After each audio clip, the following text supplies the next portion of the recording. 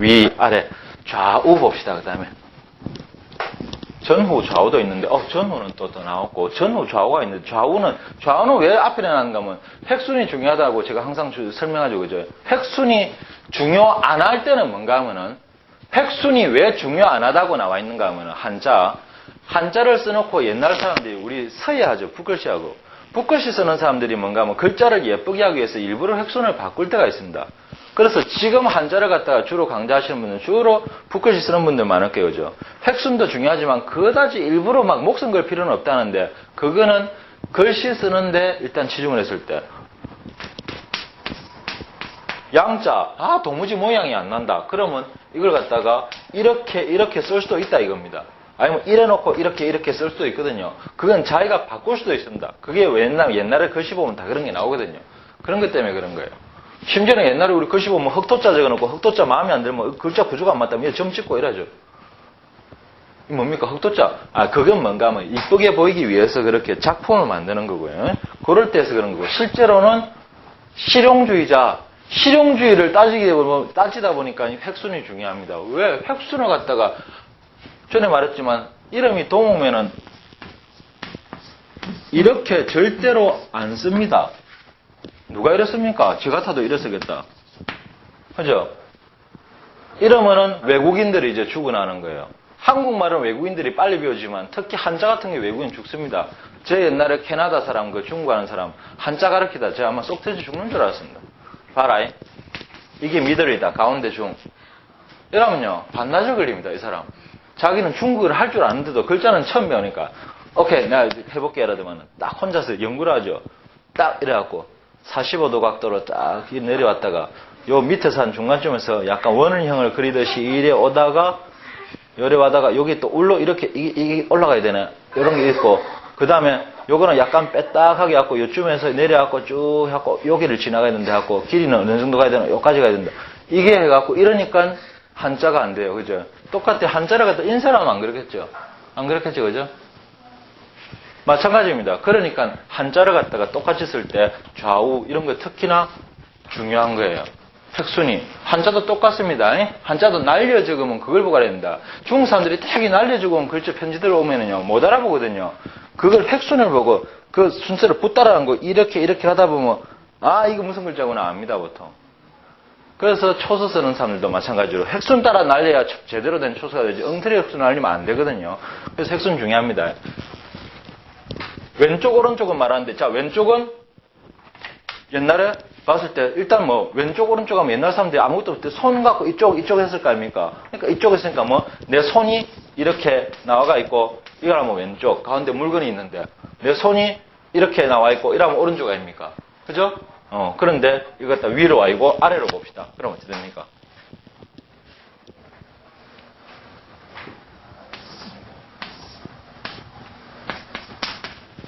뭐가 있는데 왼쪽. 그죠? 뭐가 있는데 오른쪽. 이래 된 겁니다. 자, 여기서 봅시다. 요거 보는. 그래서 이게 변한 게 점점 오면서 하나, 둘, 이래 됐죠. 손이 이 모양이 됐죠. 그죠? 그죠? 오른손은 어떻게 됐습니까? 여기 요쪽으로 내려온 거예요. 그래서 어떻게? 요렇게 내려오고 요렇게 된 거죠. 아시겠죠? 그래서 획순이 어떻게 됩니까? 왼쪽은 이거부터 씁니다. 하나, 둘, 셋, 넷, 다섯. 오른쪽은 하나, 둘, 셋, 넷, 다섯. 이건 날리 적으면 똑같아요. 까딱 잘못하면. 왼쪽은 이래 됩니다. 그죠? 오른쪽을 이걸 똑같이 이래 날리 적으면 이렇게 되죠. 헷갈려서 몰라요. 그래서 오른쪽은 이렇게 쓰지 않습니까? 이해가십니까? 획순도 중요한 거예요. 좌측, 우측, 좌측, 우측, 좌측, 우측. 왼쪽 손인데 오른쪽 손인데. 이거죠? 좌우, 좌우, 좌우. 동양화 하시는 거 좌측이 양입니까? 우측이 양입니까? 좌측이 양이죠. 그죠? 좌측은. 그래서 남자는 좌측, 좌양, 우엄, 여자는 오른손. 그 손금 볼 때 남자가 왼손 봅니까? 왜? 양이니까 당연히 왼손 보고 음이니까 여자는 오른손 보고 이러죠. 그죠? 타고난 선천. 남자들은 왼손잡이가 많습니까? 오른손잡이가 많습니까? 왼손잡이가 당연히 많죠. 그러니까 이라고 있네. 왜? 예? 원래 왼손잡이가 많은 게 정상이죠, 그죠? 남자는 태어나면 거의 다 왼손잡이가 됩니다. 자연적으로 두면은. 옆에서 자꾸 찔러가지고 오른손잡이로 만들죠, 강압적으로. 그래서 대한민국은 대부분이 오른손잡이고, 그런 거 신경 안 쓰고 마음 놓고 키우는 저쪽에 보면 유럽 쪽으로 가면 거의 다 남자들은 왼손잡이입니다. 그죠? 왼손잡이가 더 많아요. 그리고 남자가 왼손잡이가 오히려 더 실제로는 더 왕성하게 뭔가 활동을 합니다. 그래서 스포츠 선수들 특히 야구 같은 예를 들어볼까요? 왼손 투수가요, 잘만 하면 남자 같은 경우에 왼손 투수가 훨씬 더 멋진 컨트롤과 제구력을 가질 수가 있어요. 진짜예요. 예? 항상 왼손. 실험해보세요. 여기 저 부부 계시네요. 애 낳고 나거든, 아들 낳고 나거든, 아무 소리 말고 앉아갖고 제일 먼저 애가 장난감을 갖고 놀거나, 안 그러면 밥 먹을 때 숟가락 잡을 때 항상 왼손이 먼저 나옵니다. 항상 왼손이 먼저 나옵니다. 남자는 그래서 왼손이 절로 발달을 하죠. 딱 잡으면 옆에서 그냥 엄마가 갖고 탁 때리면서 밥 먹는 손 이러면은 막 정신을 못 차립니다. 그러다가 결국은 이 손 가지고 이 손을 발달시키게 되죠. 그죠? 재밌는 그거 가르쳐 드릴까요? 여러분 요즘 보면 미국 보면 국무장관도 여자고 있고 많이 나오죠. 그죠? 그죠? 그런 사람들 글 쓰는 거 본 적 있습니까? 유명한 무슨 저널리스트니 유명 인사들 중에 여자들 많죠, 그죠, 외국에. 그런 사람들 글 쓸 때 사인하는 거 안 보셨습니까? 제가 볼 때 중에 10명 중에 9명이 다 왼손으로 글씁니다. 여자가 왼손잡이가 나오면 상당히 뭔가 활동력이 왕성합니다. 그것도 괜찮아요. 그리고 항상 사람이 그걸 하세요. 좌우인데 음양이 균형이 돼야 사람이 되죠, 그죠? 항상 발달을 시키세요. 자기가 못하는 거. 내가 오른손을 쓰면 왼손을 잘 안 쓰죠. 태화시키면 머리가 나빠집니다. 항상 손가락 운동을 많이 해야 됩니다. 그래서 발달을 시켜야 됩니다. 지금 오른손잡이 아마 커피 이렇게 탈 때 이렇게 젓는 거 되죠? 왼손으로 똑같이 한번 젓어 보세요. 아마 잔 깨겠다 이럴 겁니다. 아마 그거 연습을 갖고 해보세요. 뭐든지 연습을 하는 게 좋습니다. 사람이 손가락을 많이 움직이고 손가락 자체가 잘 움직이는 사람이 머리가 좋습니다. 요즘은 그게 끝장이 났죠. 완전히 클릭 안 하면 끝나니까 마우스 만지다가 요만 갔다 갔다 가는 거 아닙니까? 그러다가 나빠집니다. 옛날에 사람들은 글씨를 써도 일일이 손을 다 썼죠. 무작실히 하는 거 그 자체가 뇌 발달이 됩니다. 전 세계에서 이걸 제일 잘하는 사람이 한국 사람입니다. 진짜입니다. 전 세계에서 한국 사람이 최고 잘합니다. 예를 들어 옛날에 잘 모르는 사람도 있다. 우리 기능올림픽 하는 거 있었죠, 옛날에. 한국 나오면 무조건 세계 1위 아닙니까? 세계 1위입니다. 지금 손 갖다 대는 거 대만이 이기려고 자꾸 한국 사람이 금메달 따는 과목을 자꾸 없애죠. 자꾸 없앱니다. 양복 재단이라면 한국 사람 맨날 금메달 따니까 그거 없애버립니다. 그러면 그거 없어집니다. 마찬가지인데. 그걸 갖다가 유일하게 할 수 있는 사람은 한국 사람밖에 없습니다. 황우석 박사 우리 요번에 그거 하는 거 봤죠, 그죠? 그거 하면은 유전자 축출해가지고 우리 저쪽에 난소에 이거 배합시키고 결합시키고 하는 거 있지 않습니까? 그거 뽑아갖고 우리 김예경호 TV 뉴스 한씩 나오죠? 그거 미국 사람들 하나 뽑아갖고 하나 찍고갖고 성공하는데 보통 2시간 걸립니다. 한국의 황우석 박사 팀이 처음에 왔을 때, 야, 너가 와봐라. 그럼 우리가 집에서 실험해 줄게 해놓고 실험 어느 세월에 다 보고 하니까 1시간에 6개 해버렸습니다. 손이 도대체 한국 사람들은 손이 어찌 됐는가 모릅니다. 한국 사람. 유일하게 한국 사람은 손가락을 가장 잘 노리는 사람들이거든요. 진짜 예를 들어볼까요? 서양 사람들 밥 먹을 때 뭘로 먹습니까? 포크 나이프죠. 찍어 먹어야 되죠. 그러면 우리처럼 쉽게 말해서 이 묘기를 부릴 수 있는 나라가 몇 나라가 있습니까? 전 세계에. 중국, 일본, 한국 있죠. 중국은 그릇을 주로 뭘 씁니까? 도자기를 씁니다. 그래서 우리 차이나를 대문자 안 쓰고 소문자 쓰면 이거 뭡니까? 도자기란 말이죠. 차이나. 대문자 쓰면 중국이고. 그죠? 자, 중국은 도자기 문화가 되다 보니까 도자기 문화가 되고, 그 다음에 젓가락을 쓰는 건 확실하죠. 근데 중국 사람들 밥 먹는 거 보면 압니다. 밥그릇 놓고 먹으면 싸가지 없다 그러죠. 어디 깨를 빠져갖고 밥그릇을 들고 이래 먹죠. 그 젓가락질하는 거면 젓가락이 이따만 하죠. 그죠? 그건 무작신. 그거 젓가락질 할 줄 모르는 거예요. 일본 사람들도 나무 젓가락 가지고 이렇게 먹죠. 유일하게 한국 사람은 밥 놔놓고 먹습니다. 그런데 한국 사람은 문화가, 일본 사람은 못 끼고 중국 사람들은 도자기고 한국 사람은 뭡니까? 청동기입니다. 우리 바로 노그릇. 옛날에 젓가락도 노쇠 있죠. 노쇠 갖고 만들었습니다. 그럼 생각해보세요. 이만한 대나무 잘라난 이런 굵은 젓가락이 쓰기 편합니까?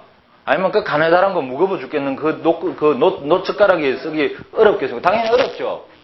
그런데 그걸 갖고 쓰기는 더 잘 쓰거든요. 콩 집어 먹는 거는요, 중국 사람들 콩 못 집어 먹습니다. 이래갖고, 이렇게 떠갖고 이래 먹습니다. 일본 사람들도 들고 이래 먹습니다. 한국 사람 그거 갖고, 그냥 젓가락도 아니고, 노젓가락 갖고 콩을 콕콕 집어 먹거든요. 그거는요, 그거는 아무것도 아닙니다. 그보다 더한 묘기를 보고 얼마나 서양 사람들 놀래잡는 게 뭔지 압니까? 그 노젓가락 갖고 중국 사람, 일본 사람도 혀를 내두릅니다. 묵을 먹습니다. 묵 있죠, 묵. 묵을 어떻게 먹는지 아세요? 노젓가락 있죠? 묵이 딱 있어. 묵을 갖고 젓가락 갖고 톡 자릅니다.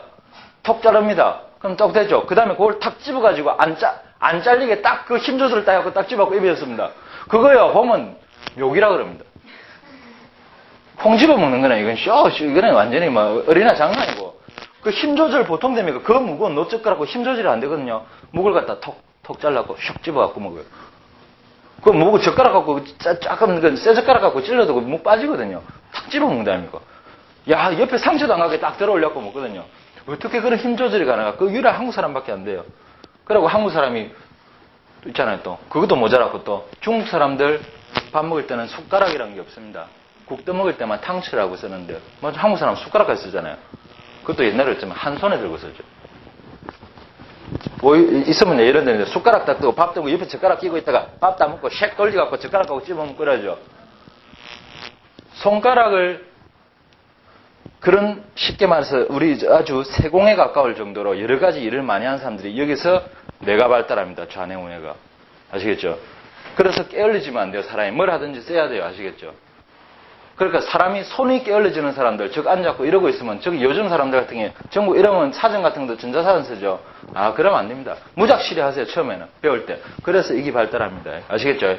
좌측 우측 다 중요해요. 자기가 오른손잡이면 왼손도 써보세요. 왼손잡이면 오른손도 써보세요. 하면서 글자 다 외웠죠. 좌, 우. 좌는 뭡니까? 안에 뭐가 들었습니까? 공자가 들어왔죠. 공 뭡니까? 공업 할 때 공자입니까? 일하는 거. 좌측은 원래 일하는 손이었어요. 일할 때는 힘쓰고, 오른손은 뭡니까? 입이죠. 그죠? 밥 먹을 때나 별일 없을 때 오른손 쓰는 겁니다. 그래서 원래는 왼손이 일을 많이 했습니다. 이해하시죠? 자, 정말로. 자, 주어, 요, 주어, 요. 자, 1번으로 해봅시다. 이건 좌자죠? 좌. 사. 오른쪽은 우. 똑같네. 그죠? 거의 비슷하죠? 그죠? 옛날 말 그대로 와갖고 지금 변한 거 보죠. 하지만 왼쪽, 오른쪽 할 때는 왼쪽은 자, 히다리. 오른쪽은 미기테, 오른손. 예? 미기, 예, 알겠죠? 히다리가 미기가, 등등등등등. 좌우 같이 외워뒀습니다. 자, 여기까지는 몇 거 없고, 자꾸 좀 쉬운 단어들이 나왔고 나타났는데, 자, 그 다음에, 하늘천, 땅지. 하늘천. 글자를 만드는 원리를 볼 때 가장 먼저 부수를 보면 편하겠죠. 하늘천자가 무슨 부수가 뭡니까? 큰 대자 부수네, 그죠? 그죠? 하늘은 무조건 아마 옛날 사람들 볼 때 제일 컸을 거예요. 아마 바다보다 컸을 거예요. 최고 컸어요. 옛날 사람 바다는 네모짜리 탕에 우리 여기서 있고 바다 끝에 가면 툭 떨어진다고 봤거든. 그죠? 아마 그래서 제일 큰 게 하늘이라 봤을 겁니다. 하늘은 크다.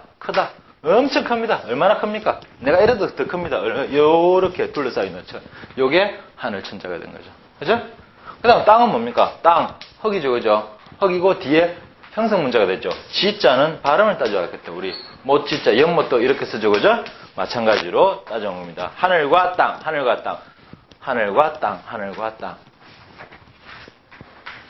근데 아마 어쨌든 뭐 크다는 느낌에서 아마 그렇게 온 것 같아요.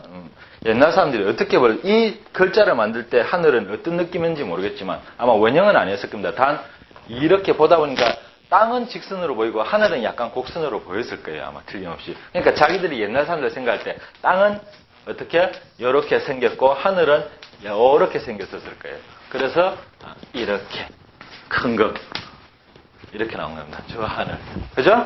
자, 하늘과 땅. 자, 봅시다. 쉬운 거는 또 넘어가요. 자, 중국말로天, 띠,天, 띠. 일본말로 ten. 그 다음에 땅은 치. 가끔 지도 됩니다만은. 그러면 이거는 천지 창조할 때는 이라겠죠, 그죠? 하지만 하늘 이랄 때는 중사 뭐라 하겠습니까? 일본 사람 뭐라 하겠습니까? 또 다르겠죠, 그죠? 하늘 여러 가지 있습니다. 자, 아메, 아마, 그때 달라요.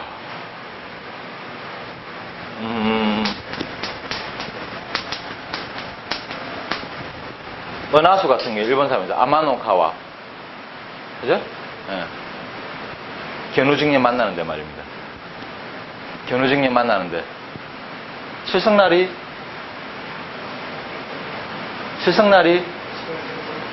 언제입니까? 그죠? 어젯밤에 아마노카와에 아마 견우와 직녀가 둘이서 만났겠죠. 에? 자, 땅은 뭐라고요? 자, 스치. 예, 한국 사람 발음 잘 못하는 거였죠, 그죠? 자, 쉬운 거는 다 넘어갔습니다. 이제 또 나머지 하나씩 연구해 봅시다. 예.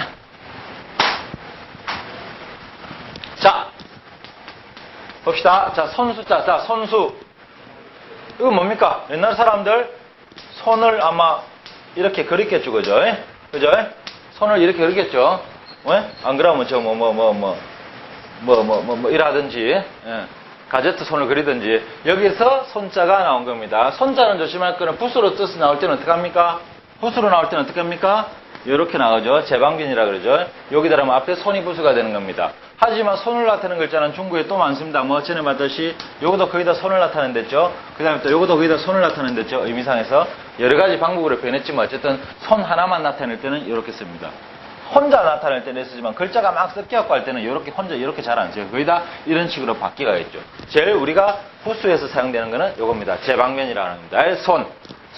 손. 자, 발음, 手. 예, 일본말로는 뭐라 그럽니까? 자, 휴. 예, 하지만 그냥 손은, 손 좀 보자 할 때는 뭐랍니까? 태.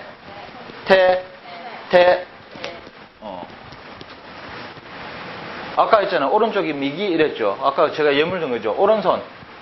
미기, 태. 예, 그렇게 하면 됩니다. 그 다음에,